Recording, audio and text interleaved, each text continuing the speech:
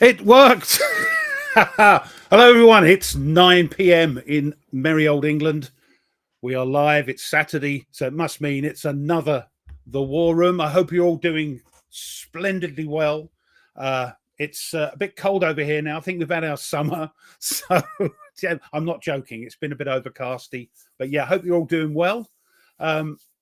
So does that mean everyone starts putting on their cardigans now? Yes, yeah, and our jumpers, fires. Putting on our jumpers, as we say over here. So yeah, but anyway, enough of that.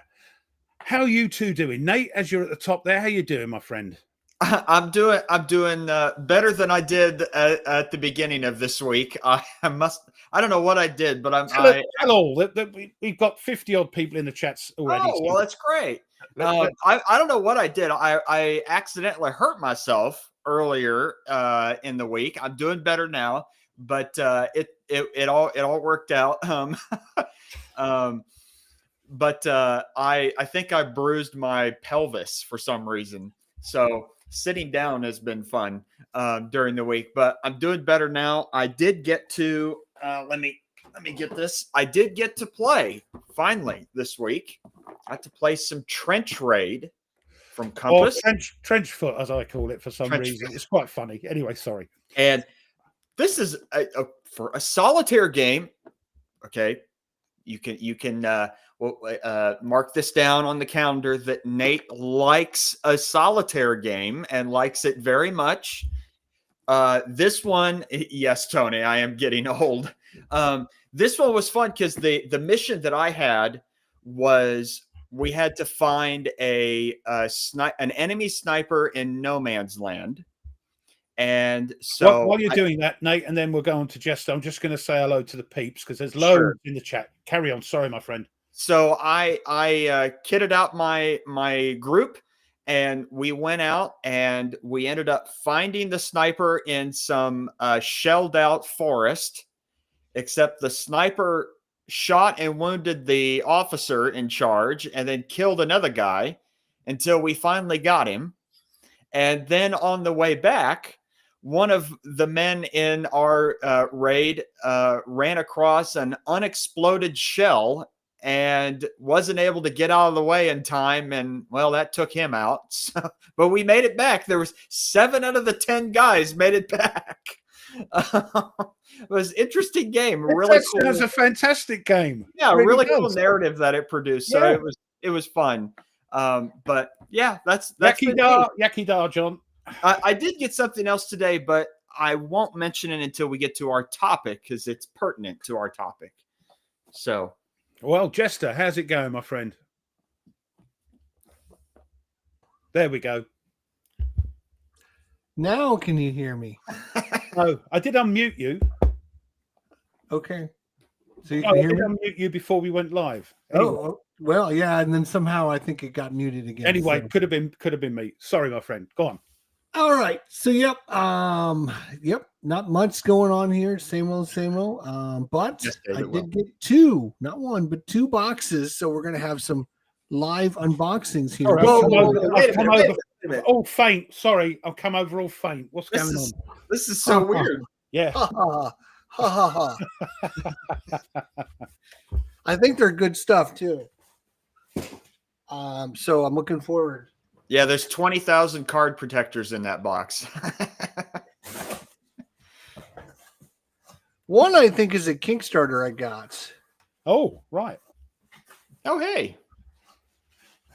We got them from all over the world. So, you know, it's that's how it is. And it is a Kickstarter. Oh, right. 65 Alone in the Jungle. Very nice. From Flying Pig Games. Kicking Ass, the scenario book. Yeah, they're playing Great Battles American Civil Ooh, War. we've got some. Is the next expansion, if that's going to be Kicking Asses, the first expansion is Taking Names, the next expansion? Oh boy, well, this one's in a box. Oh, here. that looks cool. Is this like a book or what's going on? Oh no, this is like more counter sheets or something. That's just crazy. Is that for the same game? Yeah. Oh, blimey. Wow. The city map scenarios with the mounted map boards Oh. Oh, very nice. on this package. Hey, So, Dragon X. Hey, What Jay. type of name is that? Spock Kane. What's that? Spokane. Spokane. Dear, oh dear. Just 65 joking. drawn swords, a 65 expansion. Nice. Good. Yeah, no. And last but not least, Oh, this one, The actual 65. So I got the base game and all the expansions that came with it because I don't own very many Vietnam games. And I figured, you know what? If I'm going to play one, I'm going to get it. I might as well get everything. So that's pretty cool. right. Very cool. A lot of good stuff there from Flying Pig Games. So let's see what's in the other box here. This one, I think, is. Hey, Stuka. This is, of course, from GMT. So Not this over- might be not my over order coming in. Let me see what it is here. Oh, And we should probably talk about the update from GMT. it's Let's see 17 what we got. degrees over here. Oh, we will. Don't worry, Jester. We will. Ooh, oh my gosh. Oh. Oh, I'm waiting for that. I'm waiting for that. Holy cow, look at the size of this thing. Wow. You need Holy that box. cow, a bunga. You need that box to get all this in. I'm Wow. waiting for that. God, this thing is heavier than a. Oh my God. That's the only thing I've pulled from that. Don't laugh. Don't laugh. It's not funny. Oh, that big box, and it had just this one I'm thing in waiting it. for that. Oh my God. No, Hope it's not dented. that is a big box, isn't it? That's It is like a huge box. that's All like a good Pacific things. War This box. is, of course, the Space Empires 4X. Yeah, The it's final addition to it. Yeah. I mean, look, that's the box that had the core game in. I mean, Oh my God. This is bigger than that. that's Way bigger than that. Yeah, Wow. That must be a 4-inch box. that is. Yeah, it's the same size as the Pacific War GMT Pacific War. Yep, game. 4-inch box then. But yeah, that's it. That's it. All good things. 5.5 counter sheets, 5 tile sheets, 187 cards, 4 player aids, That's 2 alternate player aid cards, 1 AP bot player, Oh, 2 small card stock fleet displays, production pad, blah blah blah blah blah blah. Just a bunch of ton of stuff. So woof. well, I agree with Dave. After that, you just cost yourself 20% on the resale value. yeah. Hexy, I hope you're having a good time. Hexy. I hope you're having a good time. A most fearful sacrifice. I assume you've popped over and you're still playing. Great to see you, my friend. Well, maybe so. I was watching just a wee bit of it before our show, and it kind of I noticed, at least according to what I could see, they're on July 2nd, but yet the lines of battle look an awful lot like it's July 1st. So it didn't look like the Confederates have really made much move yet, but we'll see. They just you know what they did? What did they do? They did a Nate. Like they just set it up and then they took pictures and they just randomly said, "Oh, no, they're playing live. this is the date it was." And yeah, Mhm. that's all they did. Waiting for that as well. No, you missed nice. it, nerd. You've missed it. Oh, I am Dragon this X close. got, I will say, everyone's been giving me a lot of crap, about not playing games, and all you're doing is playing Warframe. I came this close to playing a game this week, so I actually have. But that close, not. I got. Look at what I got on my table, Ruff. Oh, that's a season ticket. Yeah. Yeah. Yeah. I got I know season my ticket. baseball games. Yeah. You like your baseball games, I right? do. You should put that on your channel sometime. So the question is, so much other stuff to put on my channel. Oh, right. Okay, Nordic. Yeah, I'm waiting for all good things. Not Barbarossa. I can't. Oh dear. Just trying to see. Did we even mention what our subject is for today? Not yet, because I'm still going through the thing. I've got to say for me is that I finished In the Shadows, the playthrough of that solo playthrough. Great fun. Not going to tell you how I fared. You probably could guess, but I'm not going to say anything in case, because if you're interested, I don't want to do any spoilers if you want to watch it. But if you're not interested in the game, it's not going to be for everyone, then you don't care. So it's... okay, yeah. I think I've got everybody. So the subject for today, I've got some things to go through before we talk about that, as always, is we're exploring Eastern Front games. And some wag on the old tech up, and it was quite funny. He said, yes, very narrow subject. So yes, I know. It's huge. We've got operational, we've got tactical, we've got all the stuff. I mean, I didn't realize how many Eastern Front games I've got. How many do you have? I've got... and I'm talking about asking about like specifically in Eastern Front, not ones that contain the Eastern Front, but are the Eastern Front. Yeah, I can see 8 here. I've got any more? Yeah, 9, 10, at least 10. Wow. I see one on your shelf you haven't even talked about. Huh? I see one right on your shelf, right behind you. That's just... Yeah, I couldn't get it on the table. I've got it. I've got one of its compadres there, but I've got 8 myself. Yeah, and I'm not even. It's not my favorite theater. But there we go. That's what we'll be talking about. I think that is one of my favorites.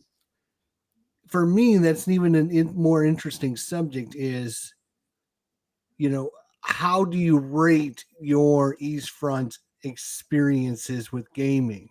Oh. As Ruff just said, it's not his favorite. It's not my favorite either. And I know it's not yours, Nate, because you like World War One. So. Huh? I'd say it's in the top, 3. Christoph in the chat is one of his favorite things. So, I get it. Yeah. So I just mentioned that. So the reason it's not in the top for me is because most of the games are going to be more operational level and bigger games, which is kind of out of my wheelhouse. Of course, you got your lock and load tactical, and there's a tactical version of it in there. Oh, cheers. I said lock and load tactical. You said it. Yeah, cheers. Caught me off guard there. So, I mean, there is that, but I mean, most games that have to do with the East Front are going to be operational. Would you not? Yeah. Am I wrong? You're right. No, you're right. I mean, one of our favorite games, Jester, in the old days, talking, is a platoon level game and had tons of Eastern Front supplements and games. And and I'll be talking about that, but it's that one, isn't it? It's Panzer Grenadier. So we'll be talking about that. But first, do you remember last week I think it was last week. Yes, it must have been last week when I did my history, Britain's history. Sorry, that sort of thing. Where are we? It's all a blur to me. When you did Ruff Remembers? Yes. And I mentioned this airplane. Yes. The Scorpion. And Meandering Mike said, why don't you do the Battle of Palmdale? And Thomas said, what a good idea. And you know what? He emailed me or contacted me on Facebook and said, the game is ready. And he sent me the art for it. So Mike, meandering Mike, that is some quick work. That is really cool. So if I can get this to work, I think that was set up on purpose. I think Thomas emailed Mike and said, "Hey, why don't you mention that that someone should make this game because I've got it about ready." Come on, let's be honest. It was like, wow, here it is. It's ready. So I've got to scrim through this myself. So here we go. Crazy. Look, there's the scorpion. Look. Wow. It's ready. You see, Blue Panther are already on it. Look at that map. In a week. Mike, what have you done? Meandering Mike, what have you done? Wow, look, Blue Panther just commented possible. Oh, you're in the chat. Hiya. Yeah, this man is unstoppable. Thomas, stop it. Look at this. It looks good, doesn't it? Wow. Yeah. There we go. A beer and pretzels aviation game. Mayhem and chaos every turn. Sounds like my type of game. 1 to 5 players. Not a solo. Can be played solo, but it's 1 to 5.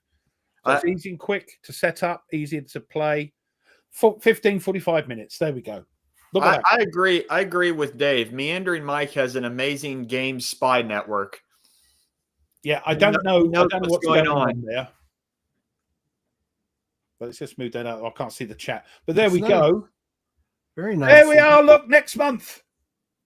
Wow. That's a week. That's all because of you, Meandering Mike. And me showing the scorpion. There we go. Good job, Thomas. This is cool. Yeah. Well done. Looks good. Probably coming out in a month. Look at that. Yes. Looking excited to check it out. Yeah. Blimey. So and that happened on our war room. I put the plane up. Meandering Mike said, "Why don't you do Palmdale?" And so you mean that? What a good idea. You mean that this is a world premiere? Yes, another one. Another one. I tell you what, we're getting a bit blasé. We get so many. But yeah, well done, Thomas. So well done. Looks great. Looks good. Looks really good. Does look good. Interesting. Now, Ruff. He's putting them out so fast I can't even get through the ones I've got. Exactly. Let alone get the new ones. So now, if only I could persuade Thomas to move and make some Ancients games. I'd be on.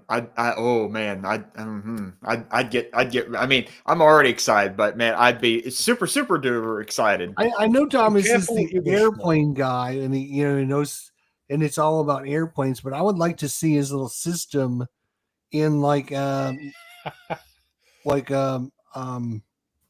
ship game. I would like to see how his system would work. Oh, that would be with good. Like a fighting ships like Napoleonics and stuff like that. Yeah, Age of Sail. Yeah, Age of Sail type system. I think that would be kind of cool. I think that would be really interesting. Yeah, that would be cool. We can always hope and wish, and I'll have to mention that to him. Thomas, my friend, work on it, and I expect something by next week. Yeah. Now we can see you can do it in a week, so we expect no slacking anymore. Yeah. No, we're not going to let him slack anymore. Oh, here we go. Ancients, war elephants. You could. I mean, there's the Punic Wars. There, elephants were used at the Battle of Raphia as well. I meant to put that one up. There we go. Yes. Yeah. Don't you starting him off again? Mm-hmm. Oh, look at that. Blue Panther Golf Strike from Herman Luttman is on the list. Oh, no. Jester. Ooh, look what I got. What's this? Yeah, he knows. Play his front game. Yeah, he knows what it is. Before we go any further, talking about Eastern Front games, GMT published their new I newsletter. was about to ask. Yeah, and let me see. Let me show you what I'm excited about Ooh, that's cool, Nordic. coming on. Oh, and Look it made the at cut that. one day. Look at that. I got so excited. Good job I checked before we went on air. I said, oh, I'll just get this ready. I'd ordered 2 of the things. I'd done a Jester. So, luckily, I got rid of that one. But yeah, I mean, it's quite expensive. Yes, I get that. It's quite expensive. But looking at what's in the game, that's a lot of game. Yeah. I'm just hoping there's going to be another 70-page solo stuff. Try 3. Try 3 books, Ruff. I know it's crazy. Yeah. A 2-player version, a U.S. solitaire scenario book, and a Japanese solitaire scenario. Oh, fantastic. Mm-hmm. Look at the counters. Look, I know we don't use them only for the battle board if it's the same sort of thing. Has it got a battle board? Yep, that's it. Yeah. That's the operations board. So, yeah, it just looks so cool. What's this? These are, what are these, cards? I think that's the battle board. Oh, right. Gotcha. No. OP panels, whatever, operational panels. Oh, okay. Don't know what that is. Mind you, it looks so different because it's carriers this time. There was a little weeny bit of carriers in Atlantic Chase, but oh, hello. Yeah, they're just saying if you played Atlantic Chase, and if you haven't, why haven't you? Yeah, this should be okay. I mean, no sooner than I saw it. I mean, I pre-ordered it. Yeah, click. That's what I said. I got so excited. I did it twice. So good. I ordered it twice. Yeah, because look at all the inset maps. So you got Midway, Coral Sea, Savo Island. So Tokyo Express is in there. Yeah. Looks really good. Sorry if it's boring. Sorry if Xy's in the chat. He's probably nodded off now. And Jester. And Jester, yeah. I'm sorry. Let me get Now, I will share as well. In addition to that, you're adding something? I am, but just to let me get rid of that. There we go. Before that is, in addition to Pacific Chase, someone had asked in the Atlantic Chase forums on BGG, and I apologize for everyone. I will zoom in so people can see it. That people asked him, well, what's sort of after Pacific Chase? I mean, look at reasonably what's coming out. And so Jerry White was very kind enough to actually respond and mention that there is a team working on a Mediterranean chase, which that definitely excites me because the Mediterranean's my favorite, like, overall theater of World War II to look at. So that should be fun. But then look at the post above it.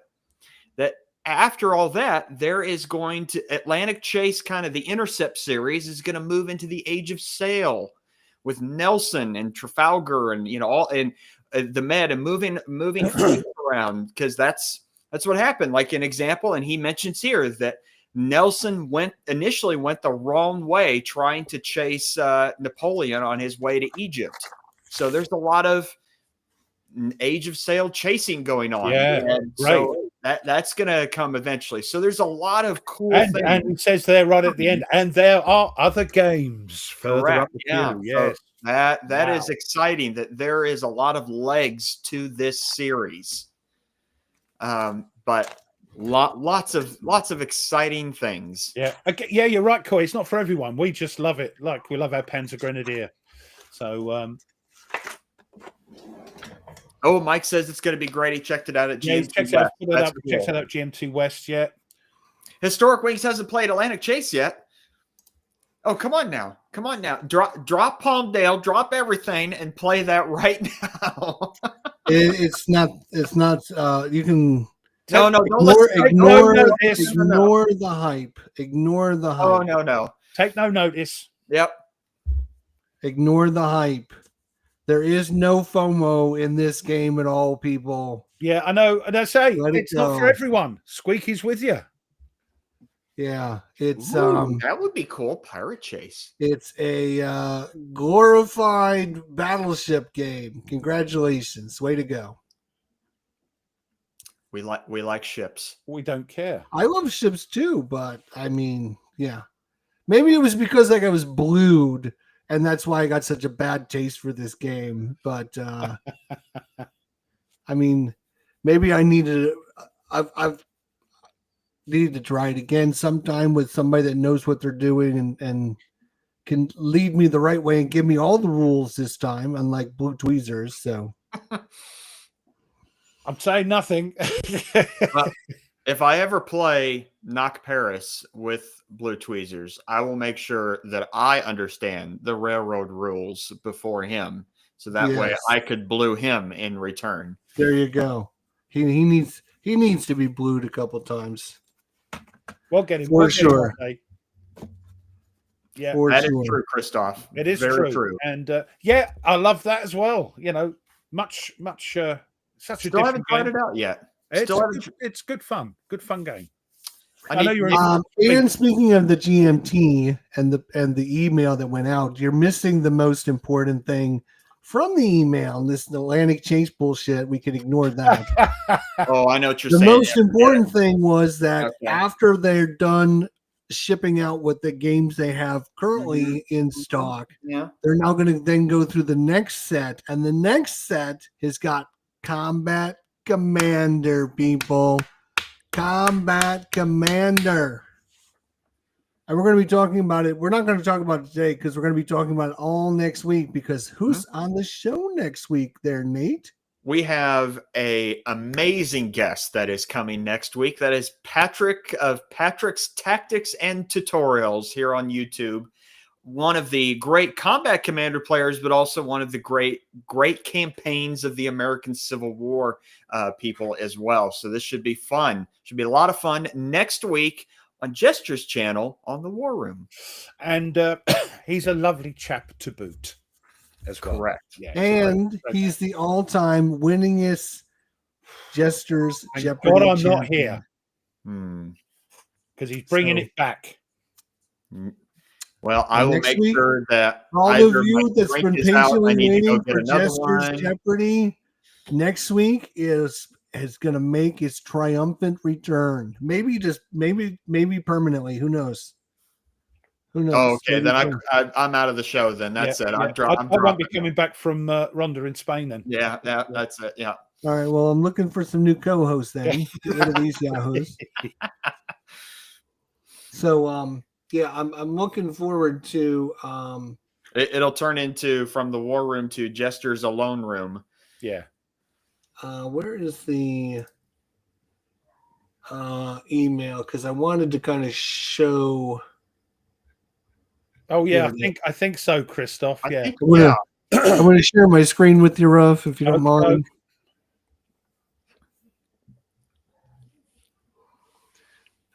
So you got Barbarossa, Army Group North, Space Empires, and all the expansions, and then Talon, the third printing, being released now, and then coming up next. Not if I have anything to do with it, Dave. Where's the list of games that are coming up next?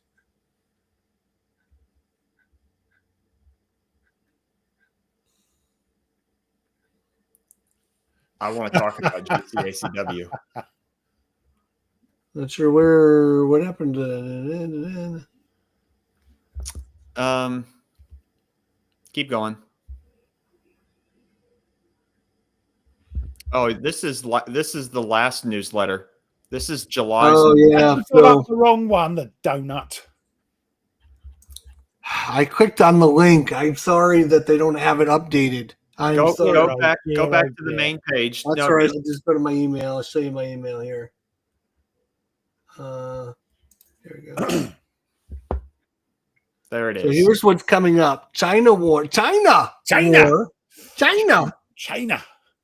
Combat Commander Minor Nations, Combat Commander 5th Printing, Combat Commander Mediterranean, Combat Commander Resistance, Combat Commander 20th Anniversary Edition, Cross Bronx Expressway, and hubris. What the hell is that? I will be getting that. I've cancelled that because I've ordered one of them. I ordered it. It's the ending of the Great Kingdoms in the East, the successor states. I saw. Again, I've got to now think very seriously about what I get.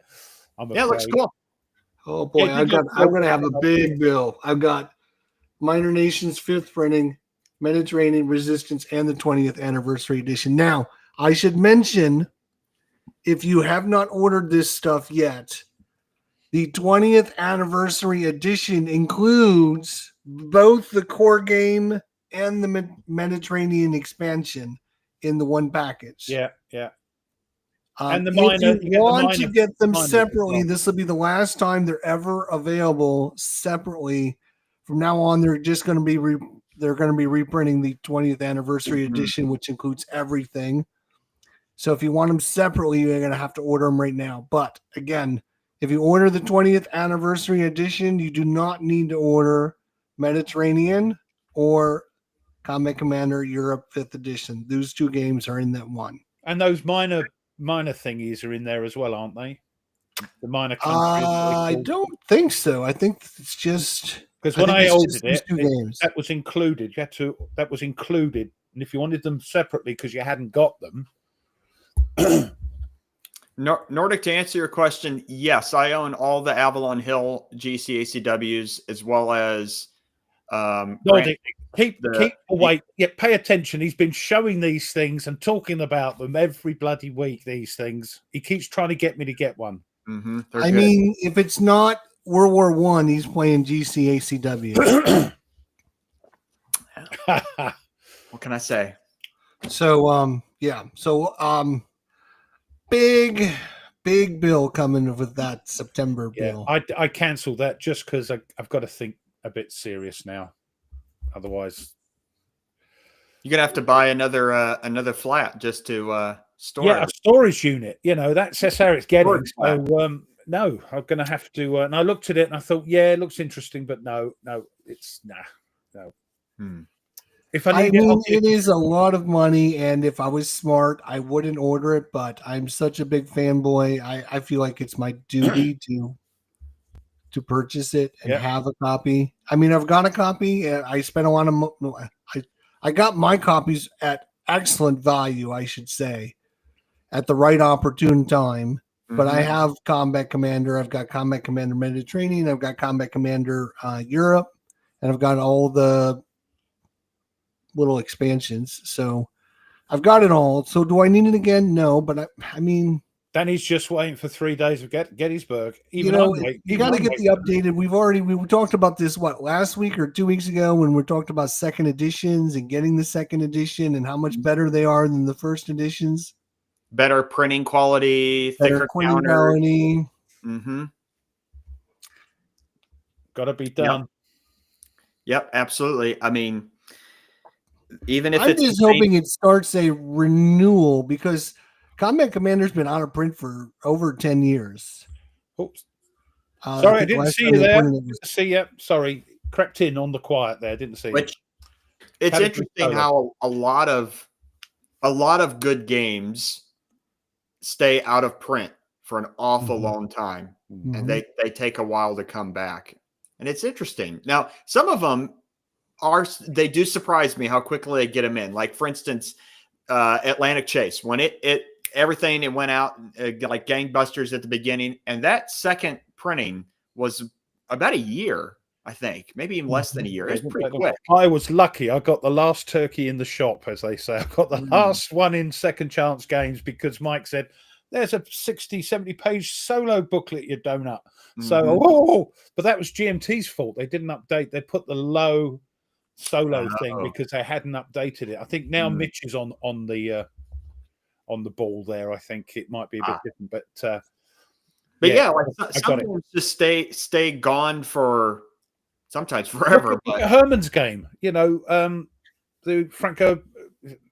At any cost to Mets. Yeah, any cost. That's still not you think, come on, boys and girls, whereas some they just put them through without them reaching the 500. Right. which is quite. Must have a reason. I just don't get it. I'm sure there is a reason. Yeah, some of there's them, a like business for instance, reason, like sure. Paths of Glory usually is not out very long. Here I Stand's been gone for a while. Of course, they did one not that long ago, but it's now gone again. Right. I'd like to get Here I Stand because I have Virgin Queen and Tanto Monta, so I'd like to have the whole set. So you've got friends. That's the difference. You see, I can't sit and play and run. I can't do a Mark Herman and run around the table, and play multiple people like he does with his chess and what do you call it? His game. Empire of the Sun. Empire of the Sun. I can't remember. Having a moment there. Now, I am looking forward to. Hold on. You got something to share. Hold on. Whenever. Do that again. Sorry, I clicked off. I'm rubbish at this. Share it again, mate. I got you. I wanted to talk about this when after Nate's done with his thing. Oh no, go ahead. Go right ahead. No, I was going to mention that we got another coin game coming out. Can I just say, help us out. Click smash. In other words, that like button for us would most appreciate it. And if you've not subscribed to any of us, have a think about it. Yeah, helps us. Thank you. Back to the main program. So I think this is an interesting. Are you going to get it? Yeah. Oh yeah. I gotta have it all. I gotta have all the coin games. I have all the coin games. Okay. So I know I know we were super excited when the last one came out, Red Dust Rebellion, and we were going to get together and play that, and we never did for some reason. No, I'm looking at it now. So I think this is going to be another good one in the system. And the reason I wanted to show this is because you will notice it does have a full solitaire system. Yeah, I know, Ruff. He didn't want to hear it, but it's got a full solitaire system. So the only one I'm interested in Red Dust Rebellion because it's Mars and all that. I'm also interested in the multi-pack ones. I quite like the British Way, nice small. It's sort of like Coin Light, isn't it? They're bringing out a new one for this series, the British Way. They're also bringing out another multi-pack Coin Light one, which I've ordered because it just looks cool. Little maps. That's why I liked In the Shadows. Did you play the British Way? Yeah, me and Tony started to play it, and then things happened because it was we were playing the that one, and what did you think about it? I liked it. It's because it's not a Jester will argue it's not a proper coin game, and I get that, but that's probably why I like it. It's a little less. That's probably the one of the whole series that I'm most interested in. Yeah, it's what the multi-pack, the British Way. Yeah. Yeah, I liked it because you get all the different things. Okay, it's part of our history, which wasn't glamorous, but we've all got those. We've all got those. Yes. Not as glorious as the glorious 1st of June. No, or indeed most of the British Empire. But yeah, I quite like it because it's small little bits. I also like that they're doing a sequel to it, and it's like the Irregular Combat series. I'm quite interested in that. The Vijay Jarahara one. Robin Hood's Guest didn't appeal to me. That's part of the series. But any others that come out, I'll have a serious look at because again, it's sort of coinish, but it's not because of the. Yeah, I know what you're saying. Yeah. But it doesn't have anything to do with coin. No, but because it's got cards and blocks. It's got cards and it's got cubes and it's got this. Everyone wants to put it in the coin, and it doesn't have anything to do with coin. It's like In the Shadows. It's got blocks and cards, and people say it's coin. If it's not, I can tell it's not because it's different. Yeah. But it's But I like it. It's easy enough to play as well. You can play it solo. You have to play both sides, best ability, and all that sort of thing. A little bit of. forget. Now, But if memory serves me right, so I remember there was a time where there was a person that I know who was super excited about getting Red Dust Rebellion, and I'm going to play that immediately. And then there was Shiny Fields of Fire that came out. Hold on, there's somebody on the phone. And and now there's other things. And then it was Combat that came out, and then it's going to be Pacific Chase. I'll tell you what, I am. Out. Which are you willing to share? I am that autistic gamer. You know, it's squirrel. Yeah, I'm sorry. I make no apologies for it, because that's what keeps my love of the hobby going, is the shiny new things. I'm sorry. I make no apologies. Yeah, I know it must be infuriating for other people, but I love that. It's just what I love about the hobby. Now I heard I know we spoke about this earlier before the show, but I understand that you've had some difficulty with your newest acquisition. Who? You. Oh, crikey, what you're talking about? Combat ! Arnhem. Mm-hmm. Yes. I started to do an unboxing of it, and I've done the video. It's not going to be done until I get back from holiday. But I thought, I'll tell you what, that looks okay. I'll finish that off. Let's clip the counters. So I get my my clipper. If I can find it here. Here we are. And I haven't got I've got two shovels that have been broken. That's the plasticky one. So I've got this. And I thought, let's sit down, get myself a nice cup of coffee, sit down and enjoy clipping the counters. And they're too thick; they won't go in there. I mullered one trying to get it in, pulling it out, pulled off half the printing. Oh my gosh! But yes, I don't care. I'd be panicking. Okay. So what I'm going to have to do now is get another shovel, as they're called. The plastic one. Another snow shovel. Another snow shovel. I've got two that are broken. I've got to get ones just so I can clip these bloody counters, because I can't have little dog ears on them and all that bits of fluff. And they're not cheap, as you know. So I've got to get one of those. But yeah, that did boil my pee, as we say. Well, it's good that they're making the counters nice and thick. Yes, yeah, and I've talked about this several years ago, that why haven't a war company designed a clipper to help people clip their counters? And why are we? Because the things that we buy to clip counters are not to clip counters. They're for arts and crafts things. They're for arts and crafts things that other people use for other things. Correct. Yep. We've just made do with them. We just said, oh, you know what? It'll work for me. Yeah. The snow shovel, right, isn't designed to do this 50,000 times. Mm-hmm. You know, right. Without breaking. Bits of card in nice, and so you can put them in your scrapbooks. It's scrapbooking and all that sort of thing, isn't it? Yeah. Oh man. Well, I was laughing at that earlier. That yeah. I make no apologies, but I'm sorry. No. I've tried this Nordic. It doesn't work. It still breaks. Yep. Because of the plastic quality. People say, I've had mine for 15 years. Probably back then the plastic was proper plastic. Now you've got China plastic, and it doesn't. They just crack. They just go. It is. It's very cheap plastic. Yeah. I think I've gone through 4 of them. 4? Crikey, I've got 2. 4 in 7 years. Yeah.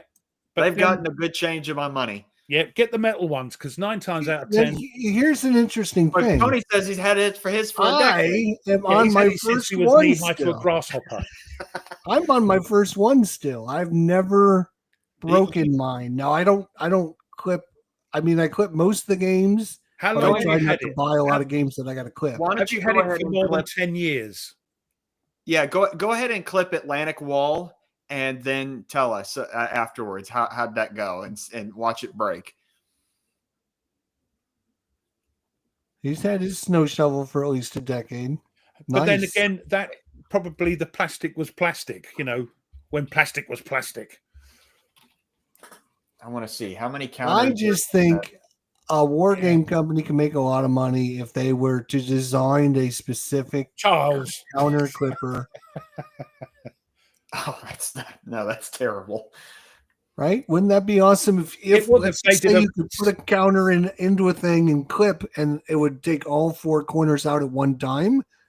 Anything that's designed for gaming, awesome. Knowing that we've got to clip 7 counter sheets per game or whatever, that this thing will last.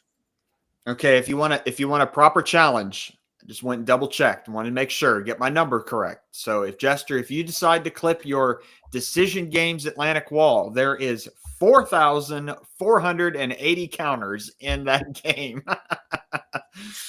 Atlantic Wall is for sale. So if you're interested, contact me. Yeah, see, 2016, proper plastic. I think I bought it for $200. I'm willing to sell it for $150.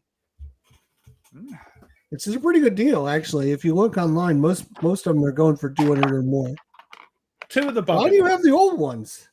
Because sometimes I might think it's like, why do I want to be frozen when I die? Because we might be able to bring me back. It's like this. Someone might come up with an idea, and I've used the one on YouTube to try and fix it and epoxied it and screwed it back down and all that. No, it lasted about a week, and then even that, a couple of days, and it's gone. Ardwell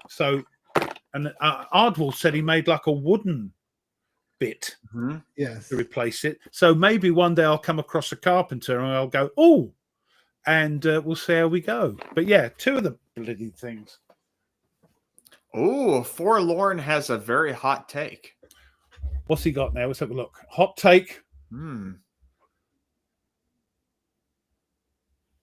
Yeah, but not with those little fluffy bits on the dog. No. That's me. That's my OCD. No good at all. Same here. But you're entitled to your opinion. That brings the next question then, right?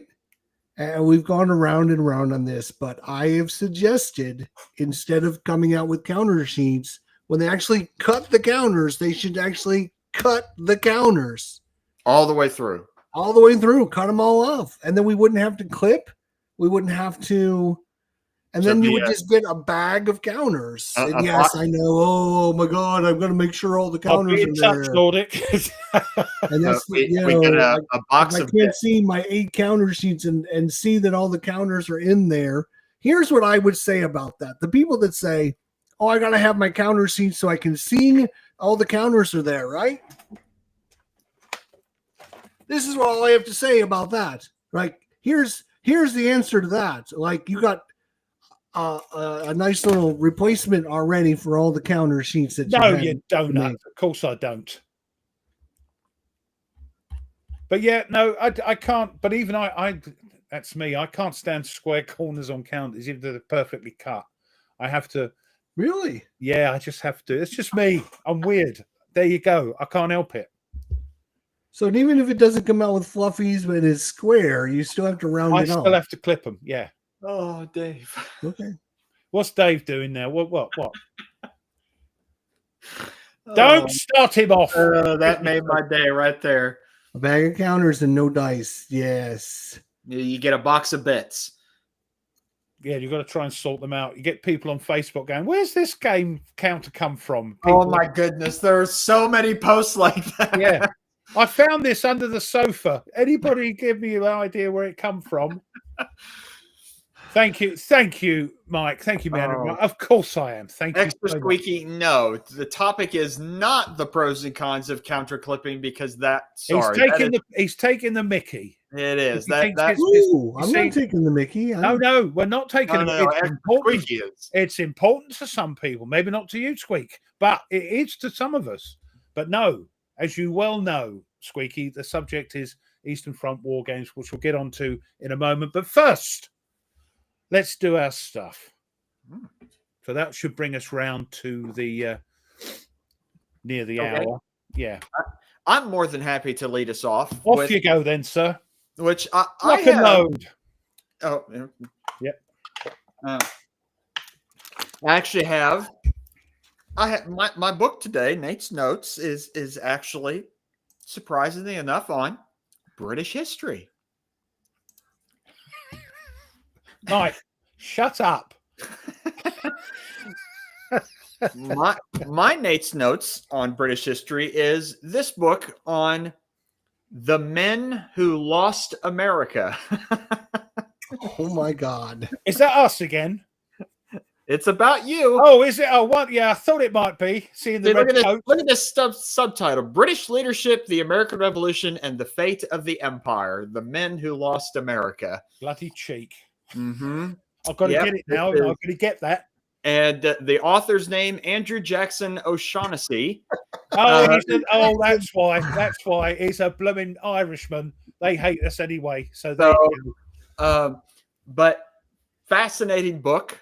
And it is, yes, when I saw this book, Mike, I was like, I gotta have it. I gotta have it. Yeah, I've got to order it just to see, how many lies are there in the book,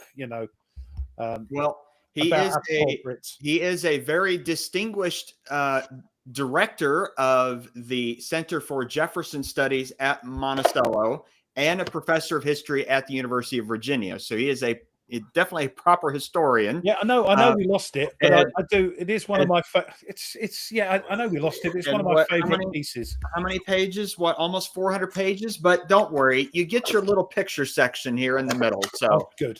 All is well with the world. They do this a lot, don't they, Nate? They put the pictures in the middle to make you read 200 odd pages. We go, right, and then you get to the pictures, and you're like, oh, there's another half of the book, but yeah, I've already started it. I got to finish it now. Yeah.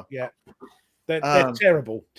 But this is a fascinating book because, yes, quite true, Danny. Quite true. Don't believe everything. It is important to look at specifically of really that there were many, many bad decisions that were made by British leaders at the time that ultimately resulted in American separation. There's lots of small decisions that could have been made that would have kept us tied to the motherland. How old is that book? This book was published in... Only because I'm looking for cheap. So if it might be on eBay or something. This book was published in 2013. Great. So I'll have a look on eBay. Should be able to get it for that's where I get my books. Again, Andrew Jackson O'Shaughnessy, The Men Who Lost America. Great book. Good one. Because again, that's one of my sort of nice spots to learn about. So yeah. I suppose I better do mine then. Got a couple of thing at the end as well, if you bear with us. But here we go. Because it's quite funny. Somebody, because Jester put a sort of sarky comment, as he does. Look at Coy's comment. Yeah, he could have written the book. We ran away. The end. Yeah. No, we ran out of money, and the French and the Spanish started on us. The end. Yeah, I know. It's there we go. But somebody put a comment because Jester was saying, don't. It's on Ruff's channel, and somebody come back and said. We could do a show on US history, but how would we fill up the remaining 1 hour and 45 minutes? Ho, ho, ho. So, yes, not me. Anyway, I think he was joking. It's okay. You'll get the full fury. He was joking. Anyway, here we go. This isn't anything to do with military history, but I found it fascinating. The first one-way streets were introduced in London. When do you reckon? One-way streets. You have them in America, don't you? One-way streets. One-way streets. Well, you wouldn't need a street until you had a car. So I would think like horse and buggies. You think horse and buggies? You need a one-way street for a horse and buggy? I'm thinking at least the 1500s. No, it's not. No, 1617, believe it or not. Crikey. Anyway, I thought I'd put that in just because what? Now we're on to 1650. Colonel George Monk of the English Army formed Monk's Regiment of Foot, which later became the Coldstream Guards. 1775, over your part of the pond, over the other side, American Revolutionary War, King George III delivers his proclamation of rebellion to the court of St. James's, stating that the American colonies have proceeded to a state of open an avowed rebellion. You tinkers. A man who lost America. He's and I rewatched The Madness of King George the other day. Fantastic, great movie. Fantastic film. Watch it if you haven't seen it. Watch it. He goes on about his colonies. Oh, I've lost them. Oh, he goes on about them all the time. Except I kept thinking that I look at him like that's Sir Humphrey. I know it's Humphrey, but it's so good. It's so good. 1799, Napoleon Bonaparte leaves Egypt for France en route to seizing power. And 1813, at the Battle of Grossbeeren, the Prussians under von Bulow repulse the French army. This battle, which occurred today in neighboring Blankenfeld and Sputendorf, between the Prussian Third Corps under Frederick von Bulow and the Franco-Saxon Seventh Corps under Jean Reynier.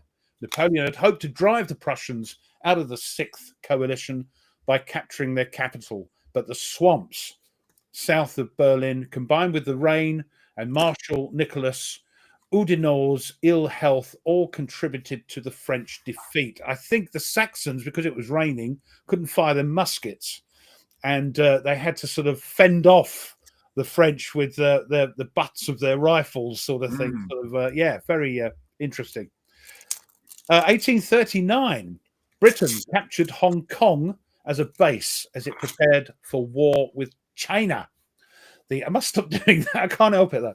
The ensuing 3-year conflict was later to be known as the First Opium War because we wanted all that opium. The word heroin is used because it used to be a trade name for the drug, and it was advertised under the name of heroin. That's where the word comes from. It was like you get it from the chemist. Get some heroin, please. And of course, it's now gone into normal vocabulary. 1839, we did that, blah, blah, blah. 1864, you guys, American Civil War. The Union Navy captures Fort Morgan in Alabama, thus breaking Confederate dominance of all ports on the Gulf of Mexico, except Galveston or in Texas. I won't go into the song. 1914, World War One. The BEF, the British Expeditionary Force, and the French Fifth Army begin their great retreat before the German army. That was the battle of Mons, I believe. Yes. 1914 as well. Japan declares war on Germany. How ironic is that? 1939, Second World War. Nazi Germany and the Soviet Union signed the Molotov-Ribbentrop Pact. It is a secret protocol to the pact. In a secret protocol to the pact, Poland, Finland, Estonia, Latvia, and Lithuania and Romania are divided into German and Soviet spheres of influence. Mm-hmm. And I will say, if I could add to that, good.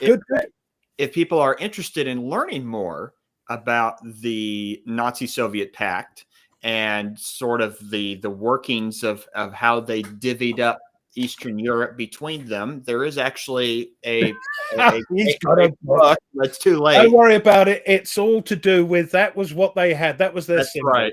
Historical thing. The Devil's Alliance, Hitler's Pact with Stalin, 39 to 41. I read this when I was in grad school. Great book, but just wanted to add that because you had mentioned it. Haven't you got a book on, Nate? It's brilliant. Okay. 1940, the German Luftwaffe began night bombing in London. The old Blitz. 1942, the beginning of the Battle of Stalingrad. And 1943, Kharkiv is liberated by the Soviet Red Army for the second time after the Battle of Kursk. Oh, you mean Kharkov? No, that's how we pronounce it. It's actually pronounced in Ukrainian as Kharkiv. But then it was Russian, so it's Kharkov. It's no, it's not. It's spelled Kharkiv. We say Kharkiv. Yeah, correct. Until just a few years ago, then they swapped it from O to I. Yeah. So Accordingly, it's pronounced as Kharkiv, and I'm not going to diss anything. Kharkiv. No, it's just shush. You haven't got to get shush. Anyway, it's liberated for the second time after the Battle of Kursk. 1944, Marseille in France is liberated by the Allied forces, and this is quite nice because I remember seeing one of these for the first time at Southend Airport. 1954, the first flight of the Lockheed C-130 multi-role aircraft takes place. I think it was a few more years before it went into general sort of thing. It's still being used today. The C is for cargo. The Lockheed C-130 Hercules is an American 4-engine turboprop military transport aircraft designed and built by Lockheed, capable of using unprepared runways for takeoffs and landings. The C-130 was originally designed as a troop, medivac, and cargo transport aircraft. The versatile airframe has found uses in other roles, including as a gunship, the AC-130, for airborne assault, search and rescue, scientific research support, weather reconnaissance, aerial refueling, maritime patrol, and aerial firefighting. It is now the main tactical airlifter for many military forces worldwide. More than 40 variants of the Hercules, including a civilian version marketed as the Lockheed L-100, operated in more than 60 nations. And just in case we can't see, oh, come on, get up there. That's it. Magnifying glass. Get your magnifying glass. Get your magnifying glasses out. Yeah, just get this. In case you haven't seen one. Is that it? Chrome tab? No, that must be it there. No, got it there. Right. Okay. Look at that. That's a great picture, isn't it? That is. And I've seen one in person. They're great. I've seen one. They landed in our local airport, which can't barely. Well, when a jumbo landed there, it filled up the whole airport. But here's the. That's the civilian. Oh, where are we? I've got to. Oh, I've got to do that. Have I? Let's do that and get that one up. Hold on. Show you the civilian version of it. There we are. That's the civilian version of it. Nice. There we are. Yeah, still being used today as a civilian aircraft and as a Hercules. Before I go, this happened yesterday, but I want to mention it if I may. Let me get this chap up.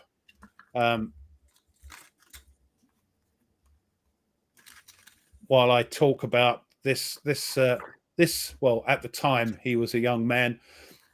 On this day, 12 years ago, August the 22nd, so yesterday, 2013, 25-year-old Lance Corporal Joshua Mark Leakey, serving with the 1st Battalion, the Parachute Regiment, was deployed in Helmand Province, Afghanistan. His unit, as part of a UK-US operation, had landed by helicopter on a hillside near a Taliban stronghold. Almost immediately, the patrol came under heavy machine gun and rocket-propelled grenade fire from well-entrenched insurgents.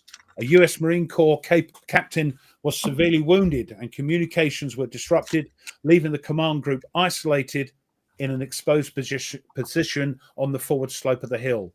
Without regard for his own safety and despite multiple attempts on his life, Leakey ran across the barren hillside 3 separate times. First, he moved to initiate casualty evacuation of the wounded Marine. Then he returned to relocate a machine gun to a better position for firing at the Taliban, all the while under constant, accurate fire that caused bullets to ricochet off the weapon he carried.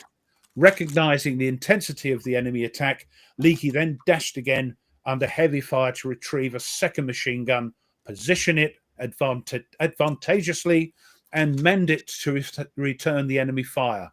Throughout this fierce 45-minute engagement, Leakey's courageous actions not only provisioned critical fire support, but inspired his comrades to ultimately regain the initiative and successfully repel the insurgent assault. When air support arrived, the attack ceased and the wounded were evacuated under Leakey's supervision.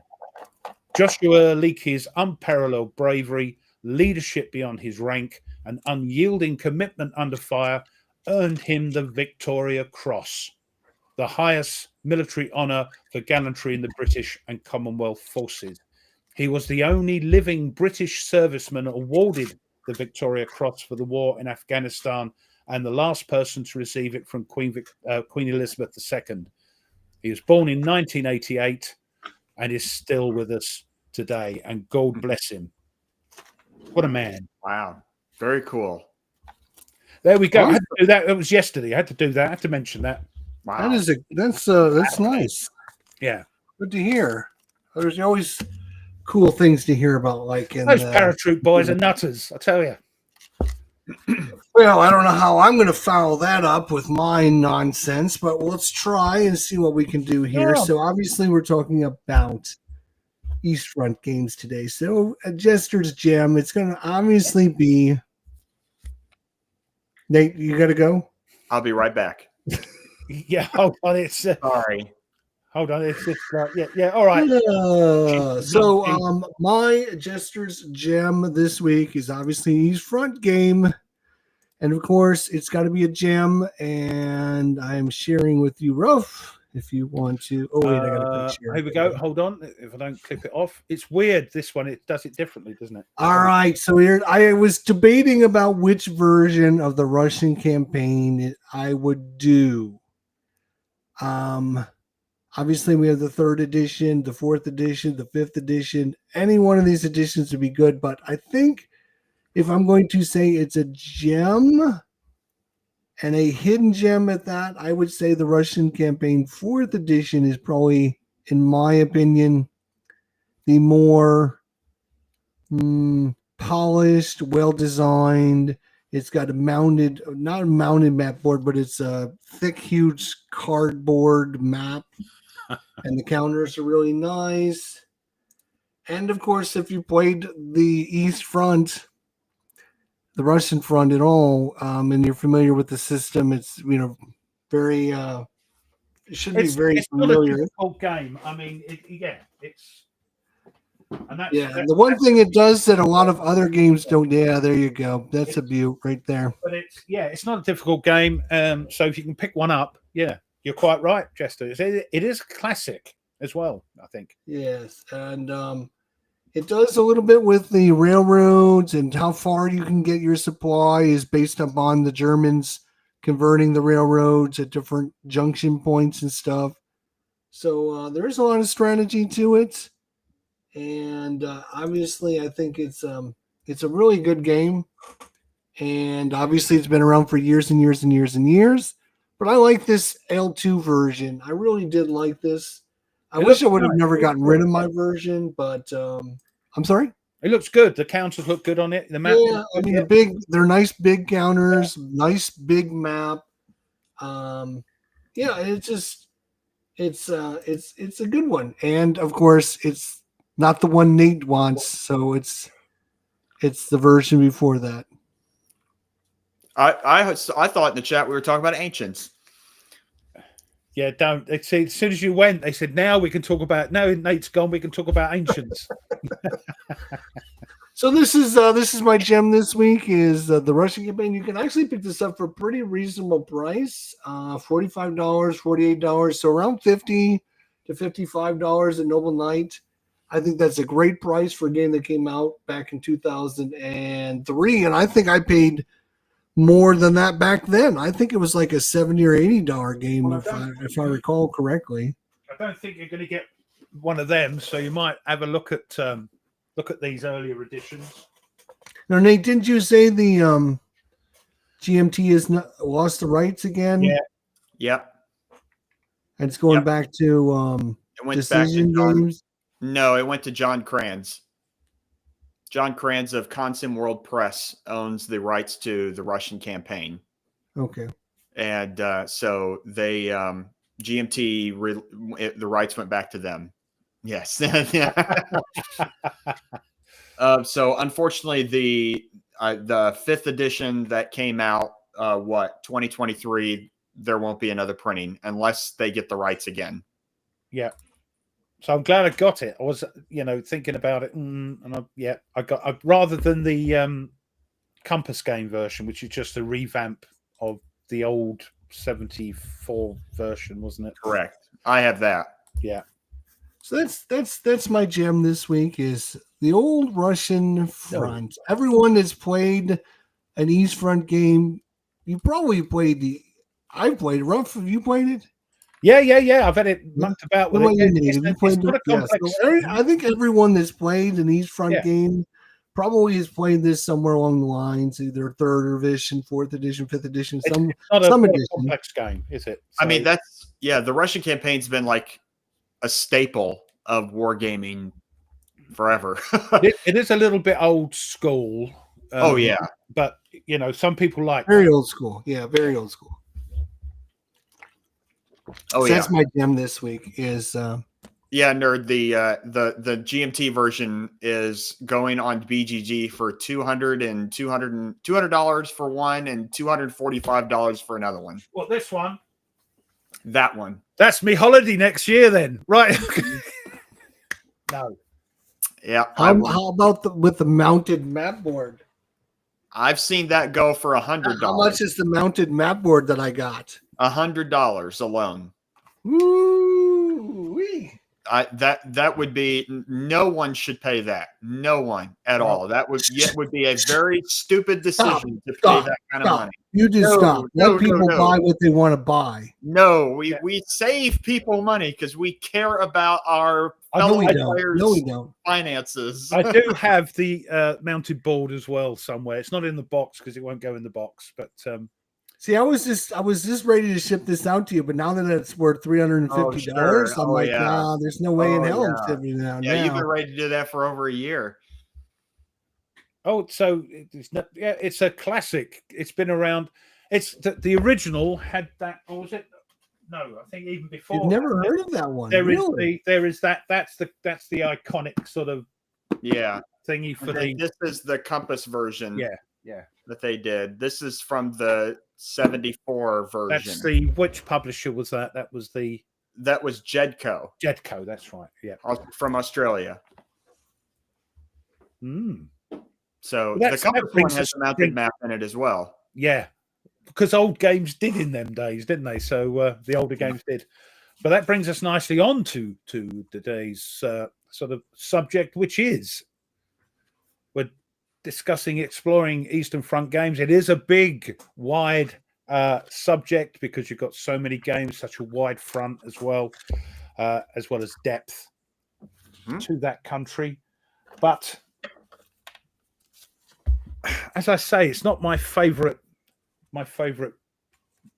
part of World War II, but I've just realized I've got tons of games. You've got tactical and you've got operational. I don't think there's many strategic games because that would be too far out. We'd probably encompass Europe rather than just the Eastern Front. I would have thought an operational game. Or am I wrong, Nate? Do you know of any operational games?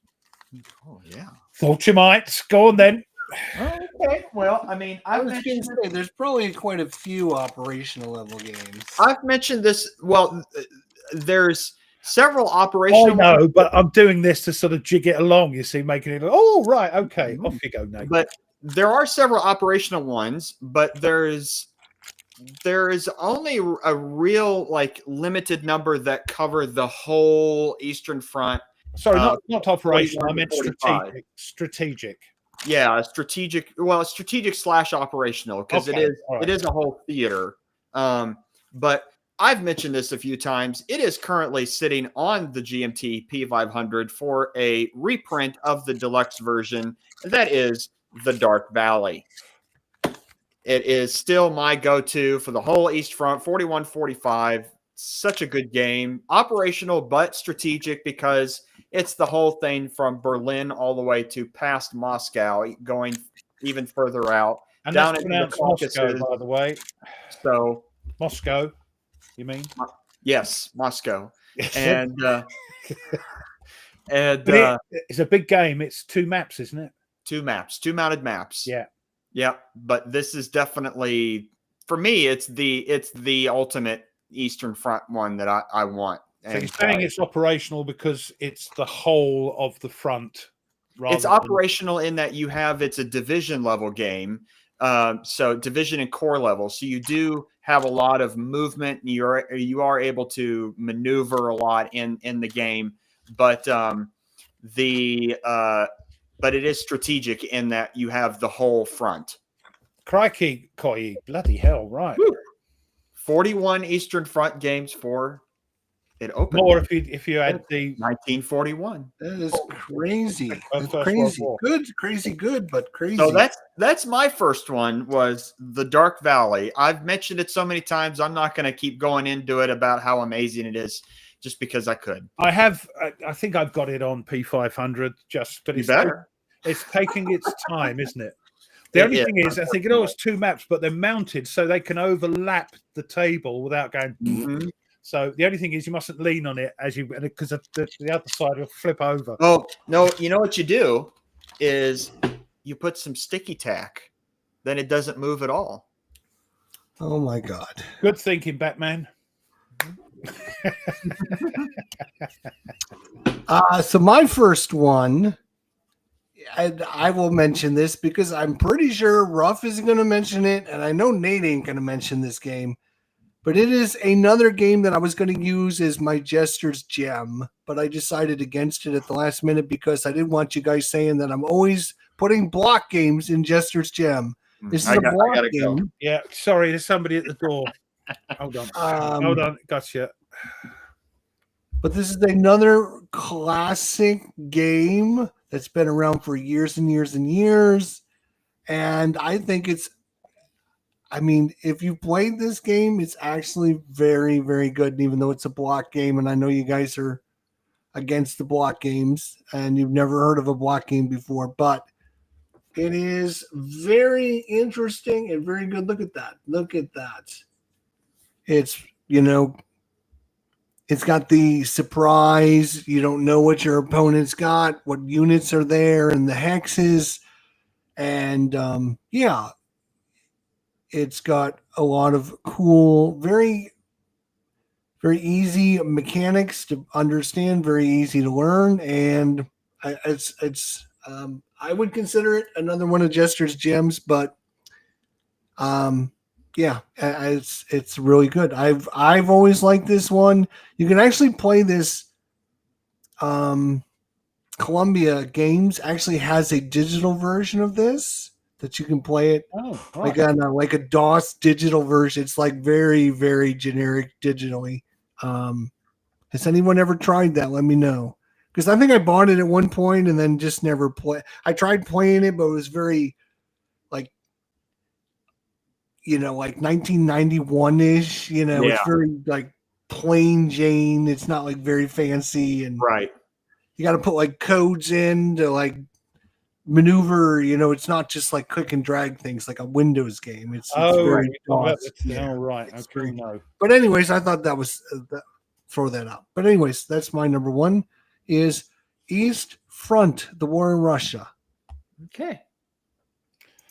Well, I'm going to mention it now because I mentioned it earlier, but Panzer Grenadier Eastern Front has been republished in 2 volumes, isn't it? The Tiger, I can't remember what it is, Tiger something or other, because this has a ton of scenarios in, and people are moaning that they're unbalanced.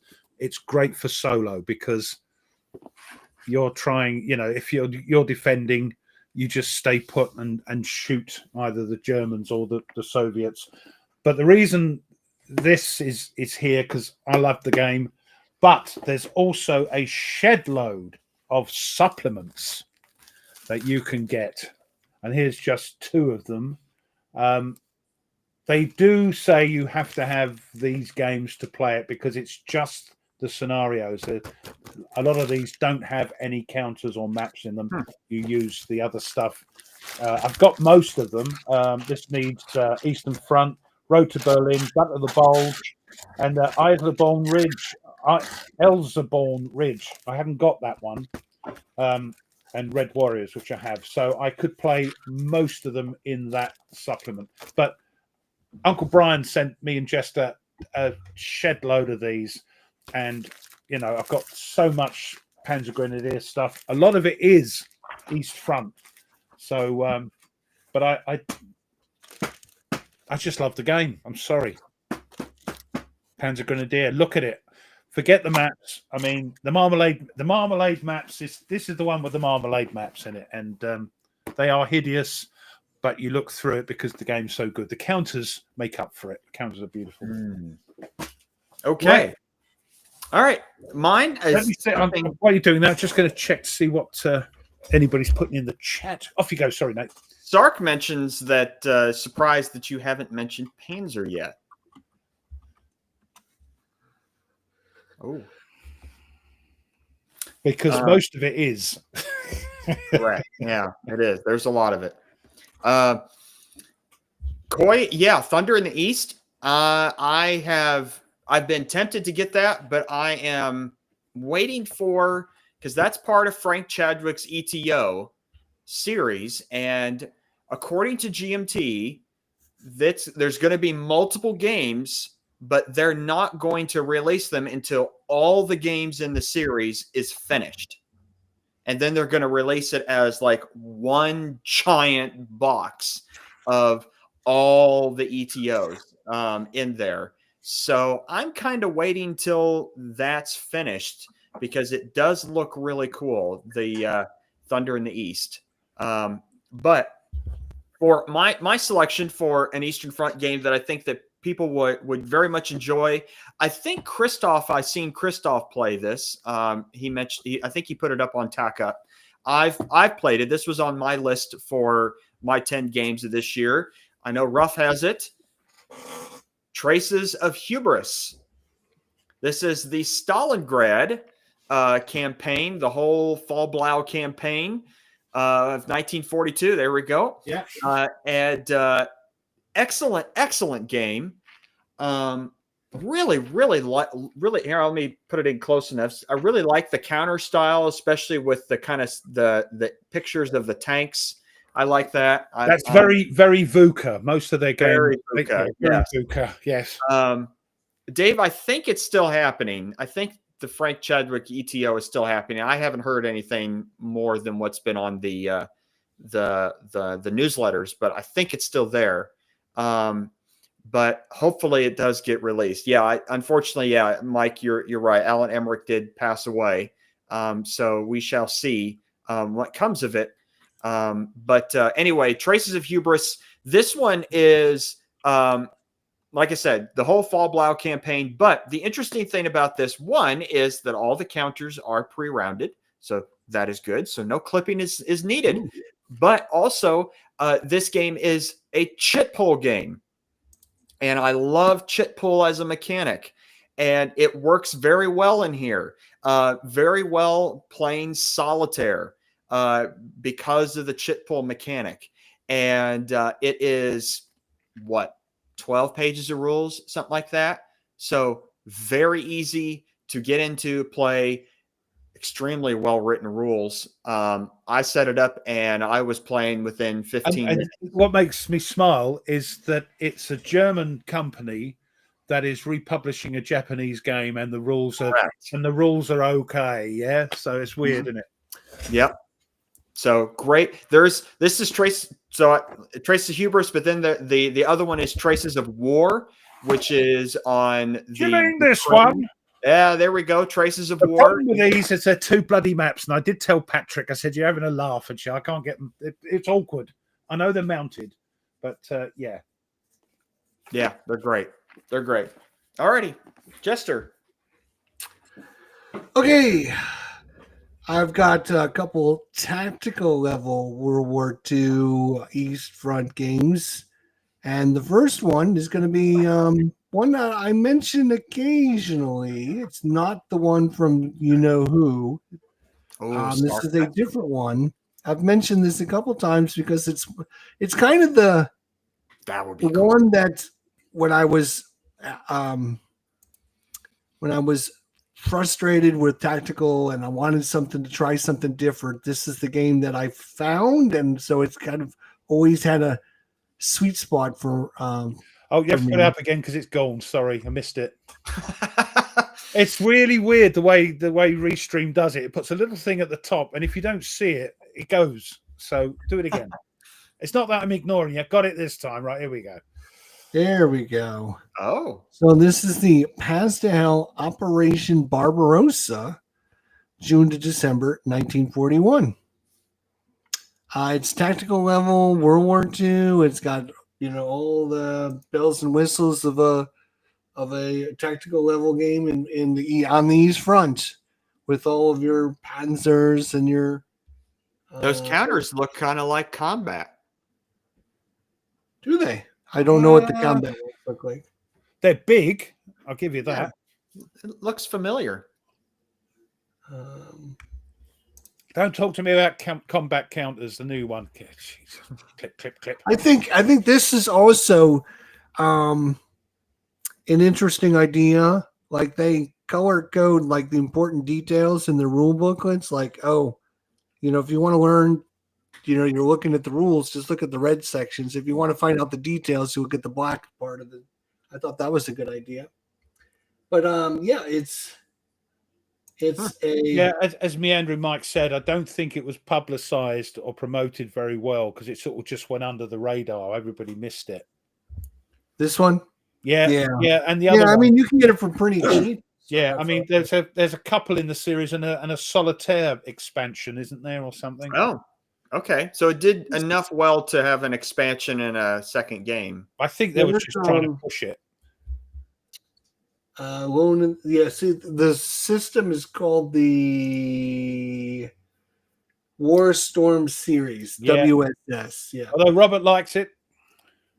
Okay. And there's this one, and there's also a Spanish World War II, before the World War II, the Spanish versus the Spanish. Oh, the Civil War, Spanish Civil War. Yeah. Ruff put up the second to last chat. He's talking about the Traces series. Excellent. I did talk to Patrick, and he went. This was a couple of years ago at the Punch, and he sort of went, "Give me one of his little rice smiles," and went. I think it involves Patton and the Third Army outside of Metz. Yeah. Which that would be cool. Yeah, and of course they're talking about chitting on the floor, putting chits on the floor now. It's just the thud. The whole thing has gone downhill now with Nordic and Christoph talking about chits, and Meandering Mike saying he's got to be careful when he says pulling chits. That's why I say counters. We say counters. You say chits. And I think Passive Hell, I think there was a series done by Stuka Joe, if I'm not I believe, on the series. I think he did. I don't think it was this one. I think it was the Normandy one. There's a Normandy of the war stories, War Storm story. Yeah, War Storm. Yeah, I'm pretty sure there were two sort of World War II ones, and that Auchinleck. It's sort of pointing over the thing there in the a solo expansion. Alone in the Storm is solo module for these War Storm. With the guy with the big stick. Yeah. Yep. So I mean, if you're looking for tactical, we all know you need at least one more, so it might be worth trying out. Yeah, because Christoph said he put chits on the floor, and you said you can't have nice things when you do that. Moving on. Yeah, moving on. This is the chat. The chat has gone. Anyway, is it my turn? Correct. Yeah. Right, let's keep with VUCA and go across the Boog River. Oh, that one is very rare. Is it? Yeah, it's out of print. Oh. It's way out of print. The thing with this system from, what's his face? Dirk Blenneman. Yes. I know he's in the chat. That's why I'm just joking. Nah. So the thing is, it's a great system. And people can't cope with the fact that it takes a long time to do a turn. I love it. It's one of those things where even playing solo, you can just chip away at your points, and the other person can react when you do things. It's not like they're sitting there waiting for you to use up all your sort of action points, if you like. Great series. This they've tweaked it with mirages. That's the one. Yes. I think they tweaked this system with mirages, and if I'm right, and if that's right. But yeah, I like the system. It looks great. I did a playthrough. The problem is, some people tried to do the whole scenario, and were taking hours and hours and hours and hours. I know how long this takes. If you've got a bit of time to play these games. I did. I think 2 or 3 videos, and I don't think I got through the second turn. I said, "I'm leaving it there. This is giving you an idea if that's the sort of thing for you." Great. Same system with Arkan. I know it's not Eastern Front, but that's my choice. Yeah, I don't have any of that series. I think if I did have time and to try the series, excuse me, it would be the desert one. I try the Gazala game. I think it's the third. Theseus. Yeah, Operation Theseus. Yeah. But yeah, it's just cracking games. Yeah, it's a good looking game. They're cracking games, and they're just bringing out, the with the Japanese designer, and even with was it with Arkham? That was an older game, wasn't it? Yep. They just revamped it, and that's a great thing to do, and make it, because there's people who are younger than me that won't remember the original game. So it's all new. It's all shiny squirrel for them. So and we love them for it. So that's it. Absolutely. Yeah, just the Boog River. That's a good one. Okay, well, in line with the same topic of the previous game that I picked, Traces of Hubris, with the Stalingrad campaign, Fall Blau campaign, well, we have a game from Compass that is called, what do you know? Fall Blau. Oh, and it's a monster. It's big. It's a huge anything game. With the name Case Blue or Fall Blau on it is going to be a biggie, isn't it? Yep. In fact, Wise Guy History has done a complete playthrough and review of this. So if people are interested, they could check his channel out for it. But excellent game. The one thing that this game has, or I should say 2 things that this game has that I really like, is the way that it allocates air in the game. Instead of individual air units moving about the map, instead it's air zones that you allocate air points to. And that way it makes the game much easier and sort of streamline things so that you can concentrate on strategy as opposed to trying to, do a gazillion air units moving everywhere each turn, and it slows things down. The other thing that makes this game great is it has a variable combat system. So that several units have ratings from A, B, C. I think there's D, if I'm not mistaken, in there. And when you go to combat, you kind of like the Boog River one, you pull a chip to find out whether or not how much that combat is, how much combat strength it has, and then you move from there. So you don't always quite know when you throw forces into battle what's it's going to be until you start fighting. But there's Fall Blau, and then there was an expansion to it, which was Kharkov battles before and after Fall Blau. This can be played separately. It's in the same series, same system with Fall Blau. It can be played separate, or it can be played together with Fall Blau. It's a big enough game as it is. You don't add anything else. No, yeah, it's just massive. This one massive 1942 Army Group South campaign. So Fall Blau and Kharkov battles, they are great games. But now if people are intimidated by the monster size, there are several smaller scenarios that are in here in both games. Particularly Kharkov battles has smaller maps, so you can play out like the whole battle. You mean Kharkiv? Yeah. Oh no, Kharkov. So I'll tell you what. Just put an up from Mike. Yes, that's so true. I love dice chucking. I love dice chucking games. That's me. But yes, beware. There are many dice throws in that game.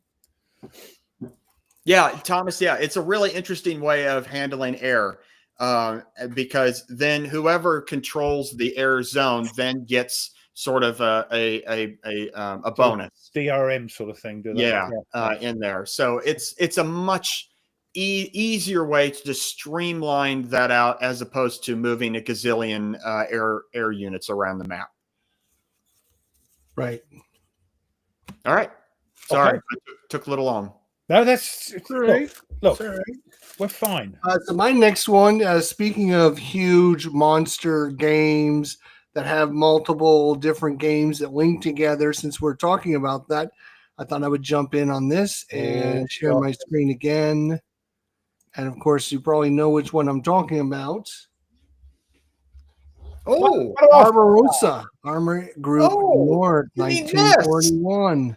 Oh, is that yours? Oh, he's got it. I got it. I got it today. $112. Good grief. I didn't pay that. So obviously, huge monster game. You got 4 22 by 32 3-inch box.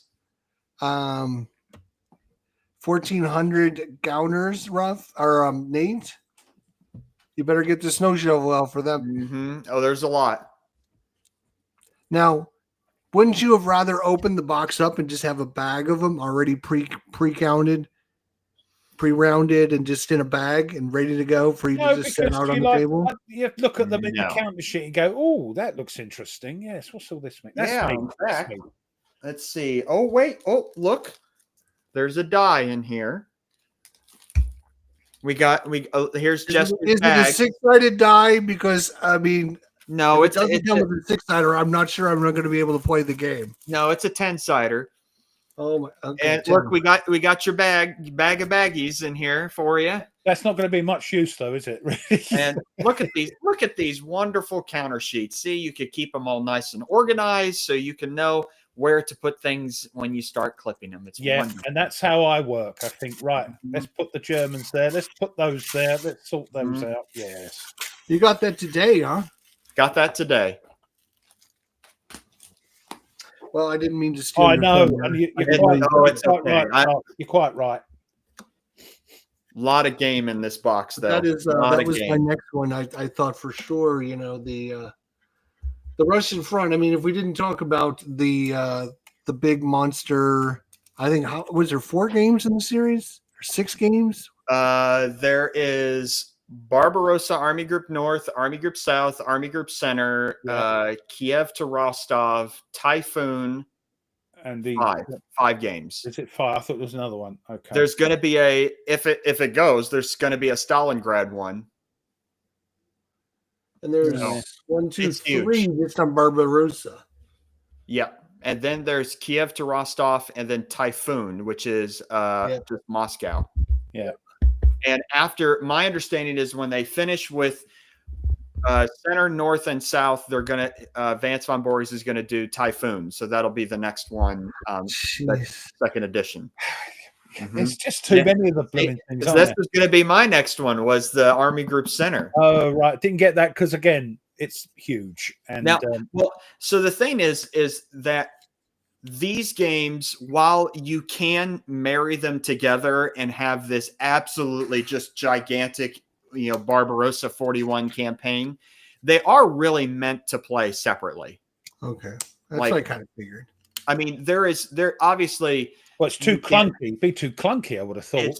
There's so much to do in there, but yes, they are meant as individual. Oh, nerds on it. Look, always the opportunist. Yes. Nice. Very nice. Yeah. He's getting a name for this, isn't he? Even GMT on their newsletters are mentioning him now. And wait, I wonder if it's if he's going to make something in honor of Jester and it's just a bag. Stick them all in there. I'm sure he wouldn't do that. You tinker. I mean, I did beat him, so maybe he will do that. Revenge is I'm only kidding. I'm only messing with you, Jester. Oh, I know that. Oh, I know. I'm done with mine, Ruff, if you want to go. Oh, sorry. Right. And somebody's already mentioned it. I haven't got them out because 3 of them are East Front. Panzer. Oof. Eastern Front 43, 44. Look at that orange on that box. I know that's the typical old Roger B. McGowan, isn't it? That's typical. God bless him. Number 2, Eastern Front 43, 45. Mm. Oh. Uh-oh. Things. And yeah, banging into things. And 41, 44. Okay, so let me ask, have you played them? No, I haven't played them all. Have you played any of them? Yes, I've dipped into sort of and had a look and put it out and had a muck about. Yes. You've played the first Panzer game. Online, yes. Okay. Yeah. I'm just curious. I'm not accusing you. You click them and you get it out. You sort of know the rules. You look to see if there's any special rules, and off you go. You know, it's brilliant. Bye, Nordic. Oh, bye, Nordic. Thanks for stopping by. I mean, you just get more of these things with the new. Okay. Things and the counters. Yeah, you don't get the rules. You see, all you get is the sort of operational sort of stuff and the scenarios. You don't get anything else in them because you're supposed to have number 1. But yeah, great series. I mean, the last 2. This is the push to Drive to the Rhine, and then this is the French early war stuff. Western Front stuff. Okay. But yeah, 3 of them are Eastern Front. Wow. Well, yeah, there's the 4th expansion is France. It's the and it also has the solo. Yeah. And then the other one is West Front. No, there's North Africa. No, North Africa. Oh, North Africa. Okay. Yeah. That's the standalone. One, See, for the 1 to 4, core and the 4 expansions, you need the core game to play the others. Mm-hmm. With North Africa, it's a standalone. And that won War Game of the Year last year. Yes. But we're not talking about North Africa. Really? Yes, it did. Yeah. Wow. I did not know that. Do you have a copy of it? Of course he has. No, I do not have a copy of that. Oh, you might need to get one then. No, he doesn't like Panzer. He doesn't like Panzer. I am trying to get rid of the Panzer that I have. Ah, I see. I have 1 through 4. I have the core and then all 4 expansions, and I'm trying to get rid of those. So I decided I wasn't going to buy the new one coming out since I'm trying to get rid of all the stuff that I do have. So, and there's nothing wrong with it. It's just it's not a lot to invest in the system, and I'm just not into it. No, I understand that, and that's fine. That's fine. Yep. I still think it's a great game. I just think for me, it's just a little bit too much to invest into. Understandable. It's crunchy, and there's dice rolling in that as well, where you have to, when you're attacking something, there might be 3 or 4 die rolls you have to do to see if you've actually hit and what damage you do. Yeah, I'm not a big fan of roll to see if it's on target, roll to see if it penetrates, roll to see the angle. It's just like 6 rolls to find out whether or not you hit. But that's me. That's my type of game. Yeah. Some people love it, and I just don't like that stuff. Yeah, no, that's true. Yeah, and that's great. It's not great, but it's fair enough. That's why I got rid of 20 games in my collection. Yeah. No, almost 30, excuse me. Good God. Yeah, wasn't playing them. I'm like, God. I'll get rid of them. All right, my next game. Well, man. Yeah. There's a theme of Eastern Front games that I tend to buy. Big bloody things, yes. Stalingrad 42. Yeah, I've got that as well. Its 2nd edition will be coming out relatively soon. Have you got the expansion for it? I do have the expansion, but my understanding from reading GMT just recently on their update is that there are additional things that are being worked on for the 2nd edition. For people who own the 1st edition, they might want to buy what is the Ardennes 44 update kit, which includes Stalingrad 42 counters in it, as well as you can download the latest rules. Oh, right. So I don't know. I might hit that. no BCS, OCS, Simonich. There's Simonich. I don't have Yep. any BCS or OCS, old man combat system. Sorry, that's only Neither do I. that's only because Kev plays it. I just like to tease him about it. Now, BCS, I'd like to try, but I haven't got any. So there we go. But now I really like this game. I have fiddled with it before and played it. It is good. I did hear a rumor. I don't know if it's true. Maybe somebody in the chat can tell me whether it's true or not. If anybody would know, our chat would know. Best in the world. Exactly. I had thought I had heard somewhere that eventually Mark is going to go back to the Eastern Front, and there might be a Barbarossa one, which would be really cool if there was a Zachbond Barbarossa game. So I could be wrong. Could have misheard it somewhere, but we shall see. I bet you. I mean, the system seems like it would fit that just perfectly. So, oh yeah, it's just a matter of time and trying to figure out how to get. It is because you're kind of zooming out a little bit farther than those games, so it's going to change how you're doing things a little bit. The problem with it is, I mean, with GBOH, it's the same sort of system, but there's enough variation in, say, like, Julius Caesar, the way the armies are, sorted out to make it interesting. The thing, and also with the Simonich series, it could be we'll just change the name and use the same rule set, but it isn't. It's slightly different for every game, which keeps it fresh. So very much, very good series. Yeah, he's gone on to something there. He's a winner there. It's a winner. Especially when Italy 43 is coming out soon. Oh, God, I have ordered that as well. And then, thank you, Sark mentioned Ukraine 43. Yes, and the old ones. The old ones, yes. Yes, that was long out of print on the P500. Yeah. That was going to give it a go, Christoph.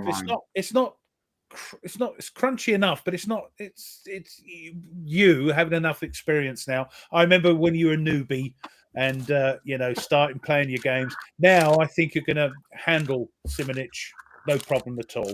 Yep. Oh, wouldn't it be awesome, Sark? I'd love that. All right. My next one is going to be back to the tactical realm here. Okay. We kind of already mentioned it earlier in the show, but I will share again. Everyone get ready to drink. Here we go. It's tactical the one I've got. Heroes of the Motherland.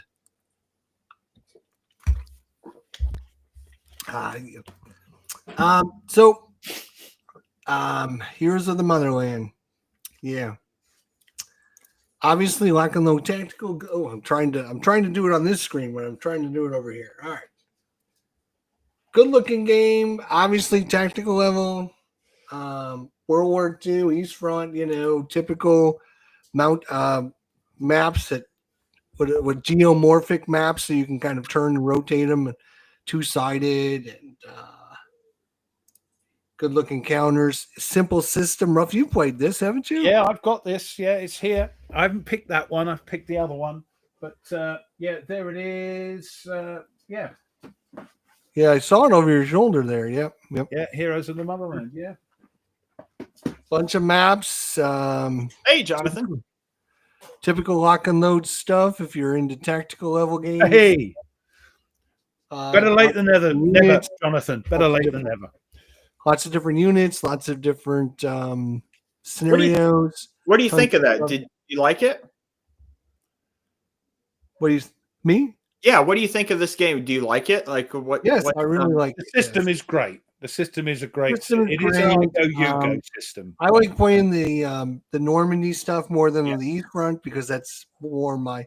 But I still enjoy the East Front stuff because there is some different things that come into play. Molotov cocktails. You don't get that in the West Front, right? And the tank riders and all that. The tank riders, you don't get that in the West Front. So there's certain rules. Sewer movements. You got like sewer underground movements and stuff. It's cool stuff. Yeah, so it definitely adds a lot more interesting, and it gives it a nice East Front flavor to it. So And you've got the guys that are pointing their pistols at the troops, the old, what they call it, commissars. So, yeah.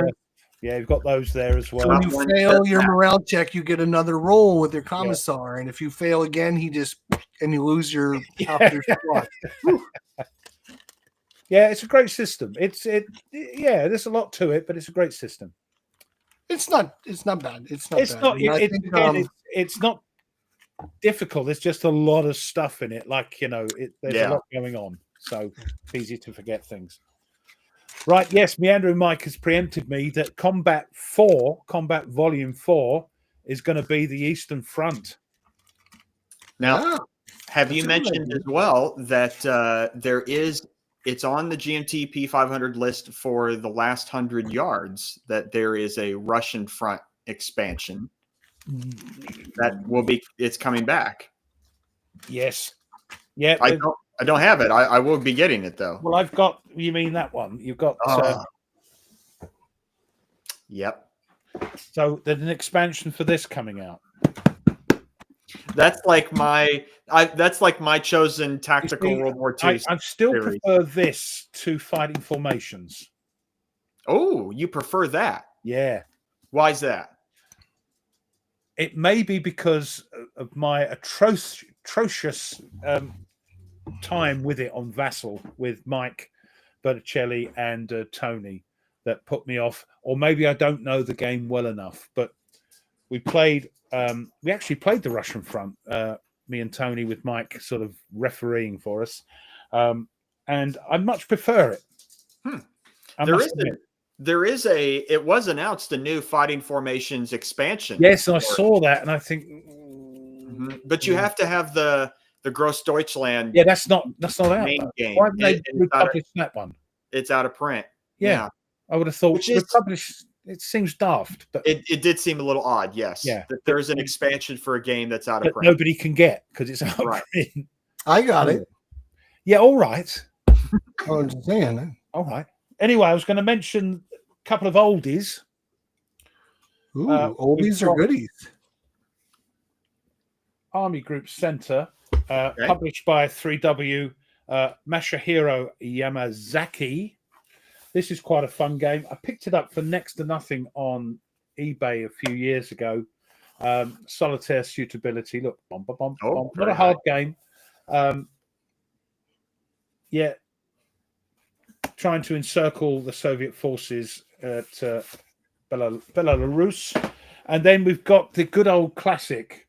On Menstein's Backhand Blow. I think this is the one you printed the counter for me, Jester, all those years ago. You did the graphic. There was one, got it second hand, and there was one counter missing, and I contacted the guy. Went, whoa, it won't affect it that much. I said, don't worry, I'll put it on my YouTube channel and mention you. He went, oh, okay, we'll sort something. He gave me some money off, So having a YouTube channel sometimes gives you a bit of power when you're buying secondhand. But yeah, that's I think Hexy has done something on this, and it's one of those ones where you have to I think decide what you're going to do, move or fight, and different things. You turn the counter over. I think that's this one, or is it this one? I can never remember. Very cool. But yeah, these things you can pick up pretty cheaply. At the time I did. So a couple of nice. Raves from the Graves. This is 2002, this one. And this is 1993. So there we go. All right. Coy says it's an amazing game. We can go one more time around if we got to go quick, though. I don't have any more. What? I did eight games. That's what I got. 8. Wow. Well, I'll do one really quickly, and the reason I want to do this is because I don't want to leave it left behind. Rough, I'm sharing my screen again. Oh, sorry, you're sharing again. Right, okay. Yeah. There we go. Another tactical game, World War II, old school tactical flying pig games. Awesome game. I've been tempted by this. Yeah, it looks cool. The counters are big. The maps are awesome.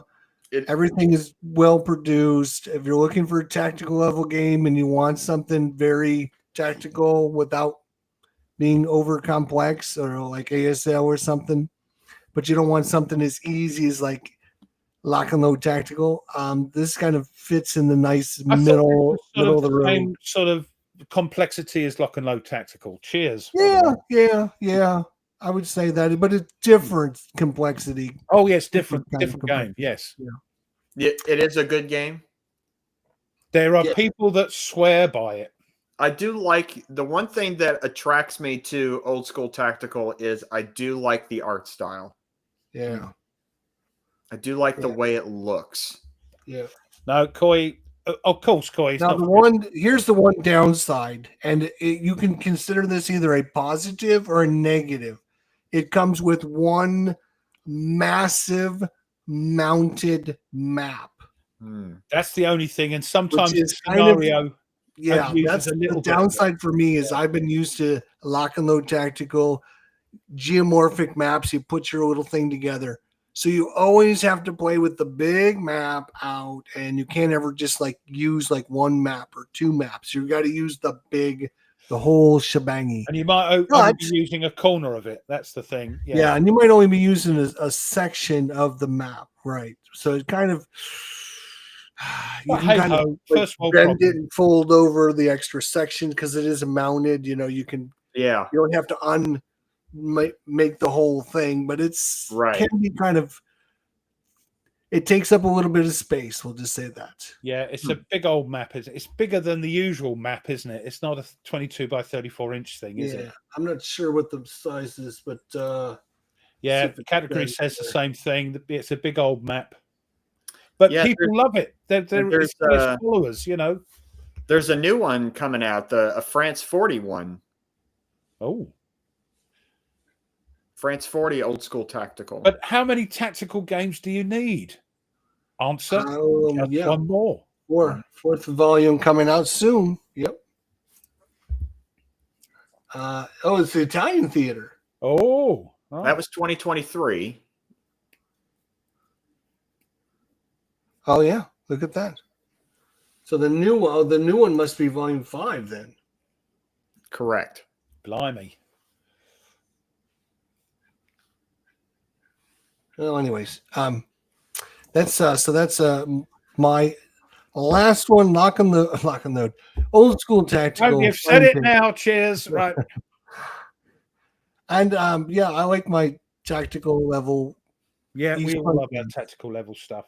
And my last two, quickly, are both from Lock and Load Tactical. We've got Lock and Load Tactical, the Heroes of the Bitter Harvest. And my other favourite game from them, Nations at War. Dice Chucker. Meandering Mike won't like that. It's a dice chucker. But I love that game as well. Nice and easy to play. This one's got a bit more oomph to it. But of course, now, from here onwards, Lock and Load Tactical do have solitaire cards with them. Like they did. Yeah, but specifically geared to each module. Whereas before they brought out a generic solo thing, but this is geared specifically. So there's my two. Look, I've got tons. I didn't realize I had so many blooming East Front games. Wow, that's awesome. There we are. It's 2 hours. That was 2 hours. Where does the 2 hours go? Anyway, we've got to say goodbye. Love our Eastern Front games. Yeah, Eastern Front games, and I hope you enjoyed that. 70 odd people watching. Absolutely brilliant. I don't know why, but we love you for it. And there's nothing you can do about it, by the way. So next week, I won't be here. Hooray! Who said that? Because I'm on holiday. We won't actually see you until the 13th of June, September. Yes. I'm away for 2 of the next. I'm not sure if you're going to be having one in 2 weeks' time. You've still got to decide that, haven't you? Because Jester's away. I'm still away. You'll sort something out. If not, we'll have I think we're going to try and get Cardboard Commander to do it for us. Yeah, we'll do something. So, the time has gone. I'm away for the next 2 weeks, if you like, 2 Saturdays, if you like, sunning myself, doing a bit of Sexy Beast. If you've seen that film, you need to watch it. No, it's about gangsters and things. Yeah, I know that. Oh, you've seen it, yeah. But that place where he has, I'm hoping that's what we've got. With the with the pool and the barbecue and all that, and sitting out there and going, oh, it's hot. Anyway, we'll see. So hope you enjoyed that.